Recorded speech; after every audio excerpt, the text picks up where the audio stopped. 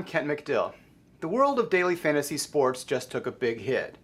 First, here's a quick explanation of how daily fantasy football is played. During the National Football League season, contestants contribute an amount of money of their choosing and compete against others in the same price bracket. They select offensive players in the positions of quarterback, receiver, and running back they think are going to have a big weekend coming up, then wait to see if they're correct. However, contestants are urged to think outside the box to avoid having the same picks as other contestants. This week, it was revealed an employee of one of the big daily fantasy companies, DraftKings, let out information about which players were most popular among contestants prior to the kickoff of the games.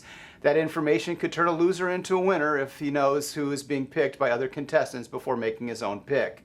That same DraftKings employee, we found out, won $350,000 2 weeks prior on the website of DraftKings competitor FanDuel.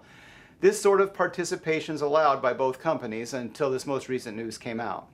Now the calls to regulate daily fantasy and fantasy sports of all kinds is rekindled with concerns over insider trading of sports fantasy information.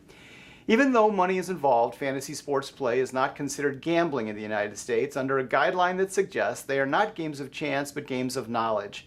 But it is illegal to bet on sports games where point spreads are mentioned, even though it takes knowledge to know how much better one team is than another.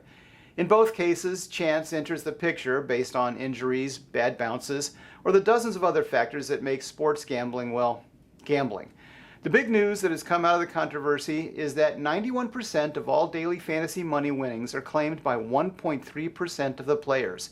That means 98.7% of contestants are paying for the millions being claimed by the winners. An ESPN report said DraftKings employees won $6 million on FanDuel last year, and you have to guess those guys at DraftKings know a thing or two. And you just have to wonder what kind of insider information those winners might have. I'm Ken McDill. Thanks for watching.